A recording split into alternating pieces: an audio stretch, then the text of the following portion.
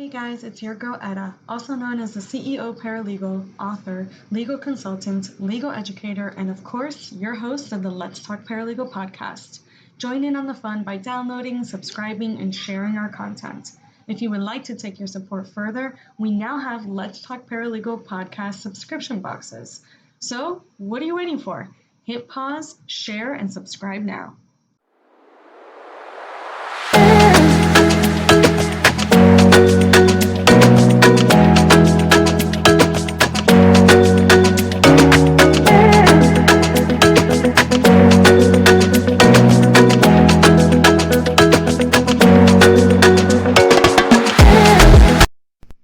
Episode, I get to speak with Curtis Preston, a seasoned expert in e-discovery and technical evangelist at S2 Data.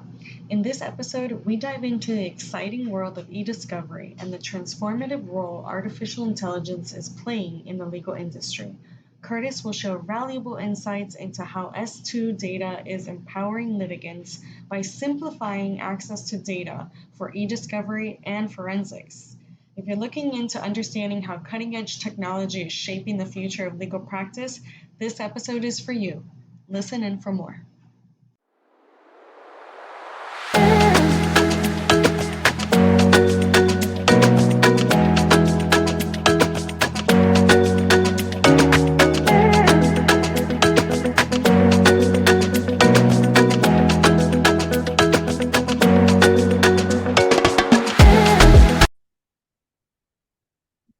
Hi, everybody. I'm Eda Rosa. Welcome to the Let's Talk Paralegal podcast. And today I have Curtis Preston with us.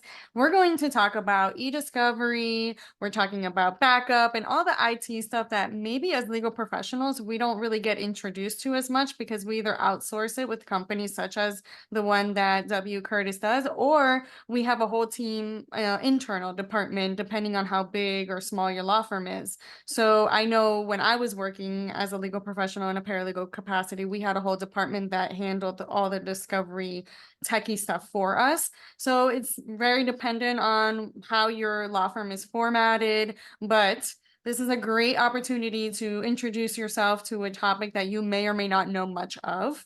So without further ado, W, can you please let us know about you first, and then we can get into the topic of today. Yeah. So, I've actually I've been at this company for about 6 months. And before that, I've been in the backup and recovery industry. So if you Google Mr. Backup, you'll find me and multiple books that I've written about that topic. And basically, I help design backup and recovery systems for companies, making sure that all their important data is backed up for, in the case of a ransomware attack or a terrorist attack or a fire, or, anything like that. Basically, that was the bulk of my life. Now I'm you could say that I spent the bulk of my career helping people to back up. And this new phase, I'm at a company who essentially they don't do backup, they do restores, right? They just help people get the data off of their backups, and generally for the purposes of e-discovery. I love that. And so tell us the difference for those of us that don't know between a backup and a restore. Yeah, so a backup is, this is when you are, hopefully everybody that's listening probably has a computer, and hopefully you have something that is on a regular basis copying anything that's important on that device to some other place, right? So a similar idea would be something like iCloud on your phone, right? So if you have an iPhone, you have iCloud running, and it will back up the data on your phone to a cloud account. Now, there's I don't actually think of iCloud as a backup, but it's the closest thing that I think everybody will know what that is, right? The reason I don't is because if you actually delete data on your phone, it will delete it in the cloud, which is not a very good backup. Right. Yeah. But yeah, that's a backup. And a restore is basically the opposite of that, taking data off of wherever it's been stored and then bringing it back for the purposes of, either something catastrophic happened, like my laptop caught on fire, or, I dropped my iPhone in the pool. and it's a iPhone, not one of the ones that are waterproof, and or again, like a terrorist attack, or a, God forbid, a ransomware attack. Similar to the concept of a restore, and this is where I think we should probably, talk about, is this concept of a retrieve. It sounds very similar. Basically, we're going to pull the data off of wherever we've stored it. The question is, why are we doing that? So I talked about backup and restore. There is a related two topics, which the layperson is generally not going to get this distinction, but I'm going to do my best to describe them. A backup and restore is for when bad things happen, when, like all the things that I gave you.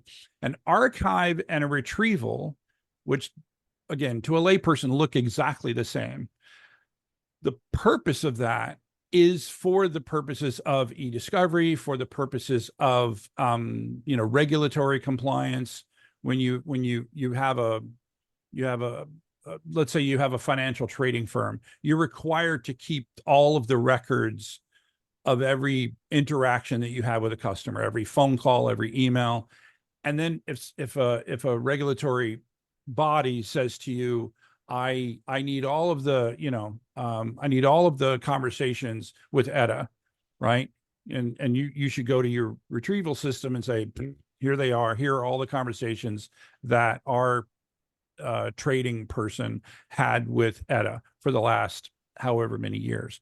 That's a very different process than a backup and restore. And again, it's not important so much to understand how that's different. That honestly, it's something that is lost on many IT people. Yeah. Well, the thing that's important for people in the legal profession to understand is that if a client, right, if a client has a matter and they've been given an electronic discovery request, and then somebody says, oh, well, yeah, this is going to be easy because we have all the backups. We have all the backups for the last 7 years. The message that I'm trying to get across, and by the way, I've been pushing this message for forever. Just now I happen to work for a company that benefits from that message. And Yeah. that is that you're going to have a really, really hard time doing a retrieval, an e-discovery extraction, if what you have is, 3 years, 5 years, 7 years of backups, because they're not designed to do that. They're designed to put your computer back to the way it looked yesterday. They are not designed to say, show me all the files that I worked on with the word Elvis in them. Right. It's just not designed to do that. And so there are a number of bad things that can happen to the client. And when I think about the paralegal community, I think that this is an opportunity for someone in that side of the profession where they can overhear a conversation, and they can hear that something like this is going on, and they can hear that perchance the client is could be in a bit of trouble because of this problem, and they can just, hey, there's a solution to that problem. They can just sort of throw that out there. But that's the key thing to understand, is that if what you have is a pile of backups and you have an electronic discovery request, these two are not, they're not compatible. It's like an yeah, iPhone and a Google. yeah, And a Google yeah. phone. It's like, it's got nothing to do with each other. Yes. And it's like, it'd be like, I got to haul a ton of fertilizer to from the store, and what I have is a bicycle. Bike's great for driving to the store, and it's great for riding back, but it's not going to carry a ton of fertilizer. It's just not built for that purpose. Yeah, I love that. I love those analogies that can possibly have the listener understand a little more of what we're talking about today. And that's kind of why I said it, because I'm like, maybe not a lot of people are going to understand the conversation. So we definitely want to educate them and provide them a background prior to our discussion. So you used a great example before our prior from recording. And Mm-hmm. I really love it. It's always the undue burden, right, of Mm-hmm. providing the discovery request, and it's used primarily for, the defense. Some Yeah. plaintiffs also utilize it, but primarily it's used on the defense side, right? And in the States, discovery is a thing, right? In other countries, I'm learning now when I'm doing interactions with people, say from Canada or Mm-hmm. from India, their laws are not so much like that. They're very similar to the criminal, where the prosecutor has to provide the evidence and say, well, tell me how I did it, Right. kind of thing, Right. right? Yeah. They So find our idea of a discovery request crazy that you have yes, to they're like, wait, provide. what do you need? They're suing me. Why am I Yeah, providing all this information? They should exactly. have it. That's the whole point. They're suing me, right? So it's Yeah. a very different mindset shift when I'm speaking to other people from other countries, especially when I'm interacting with them through the International Bar Association. Right. So it's very cool to see how, laws are processed over there. But anyway, given that little, tidbit, why don't we talk about that, the undue burdensome, and how this can alleviate that, or even possibly a defense, right? Because you need the information.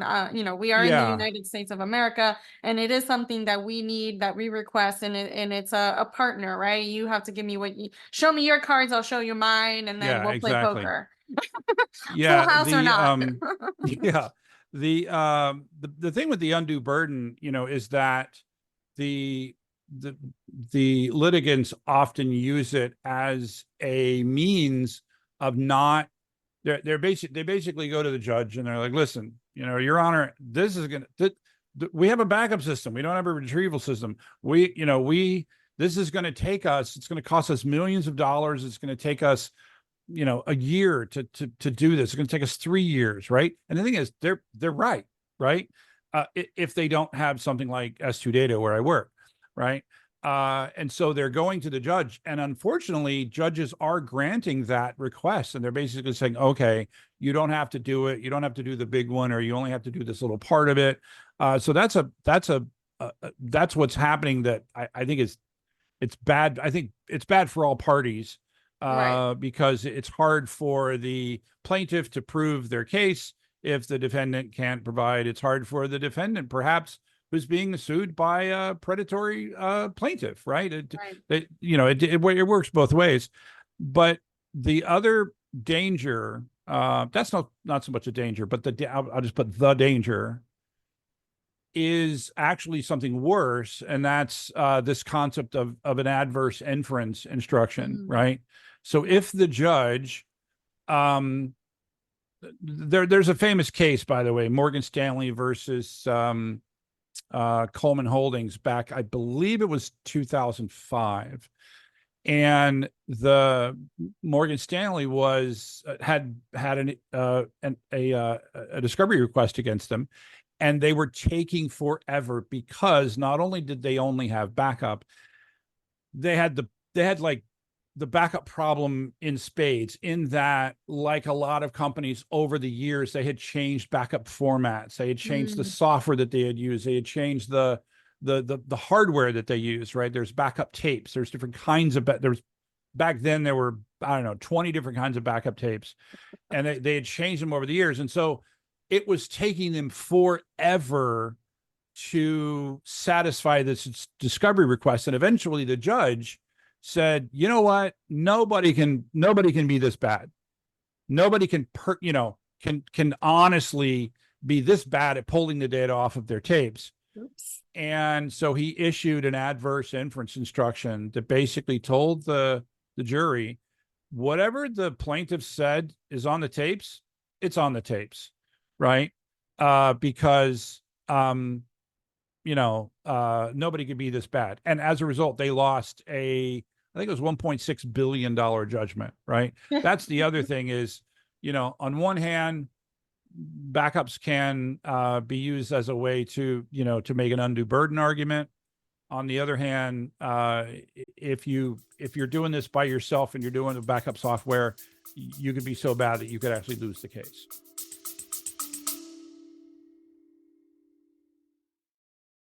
Are you a law firm owner juggling family life and business management?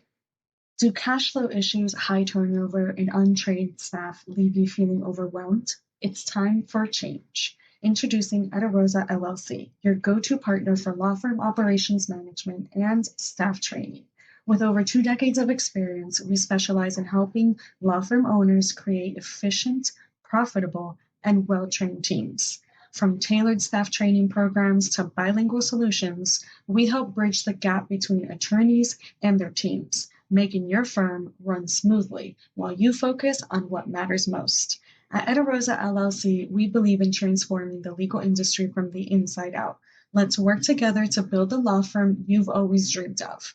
Ready to take control of your law firm success? Visit www.edarosallc.com today. Yeah, and that's kind of where, this is geared to, right? So those people that do not have those internal departments or don't have the means to have a permanent department, this is a great option for them to Yeah. look and outsource. Say they don't have that many cases that require that much discovery, right? Because Right. it's very rare that you're going to utilize these type of services, and where it's going to be that undue burdensome, like it really depends on the type of case, right? Because if it's Yeah. a simple case, straightforward, you're not really going to need all this, right? We're talking about the bells and whistles here. But I've worked with both sides. I've worked with the law firm where it's very rare that they have it. So this is a great, investment for them to go ahead and say, hey, listen, this is a one-off case. So we're going to need this company to come in and help us out. And at the end of the day, they're saving money because they're not trying to figure it out. They're going to get the information that they need a lot quicker, and they're not burdening their own staff, right? Because that kind of sets back the staff's productivity and efficiency. Talking about it as a legal consultant, that's what we do. That's how I'm thinking about it. Sometimes the return on investment is well worth it, depending on the situation. Now, for companies that do this all the time, which I have clients that do very heavy litigative files that are against multi-billion-dollar companies such as Google and universities and all the things and gyms. We had one big case against LA Fitness. And so understanding the severity of it, right? Especially when let's say, for example, there is more than one defendant. How about if there was, 4 or 5 injured, or in the LA Fitness case, there was over 20 injured. So, it really depends on the complexities, and it's not something that is to be used on a day-to-day basis, right? So that's something that we probably need to let the audience know. So having said that and giving that background, when a company, a law firm in particular, is looking for this type of service, how, when, where, what do you suggest that they determine, right? How is that Yeah, determination that's a really good question. coming to? Yes. So, how about I answer a slightly different question and then tack that answer onto the question? How's Sure. that? So because I don't think I've actually said what we're talking about here as an alternative, right? So Right. instead of using the typical backup and restore software, S2 Data, where I work, what they did was they wrote custom software that's able to read the backups of other backup software products. And so they wrote a product that specifically is designed to do e-discovery and extraction for other purposes against these backups. So instead of banging your head against the wall, spending, many hours or weeks. And by the way, regarding your question about small or large, you'd be surprised at how difficult even a small e-discovery request will be if you're going against backups, right?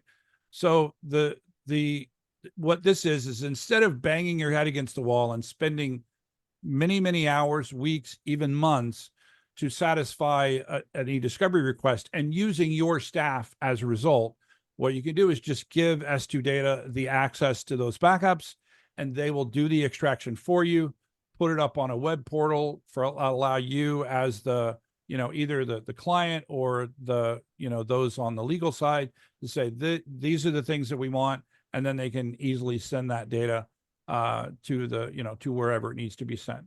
Right.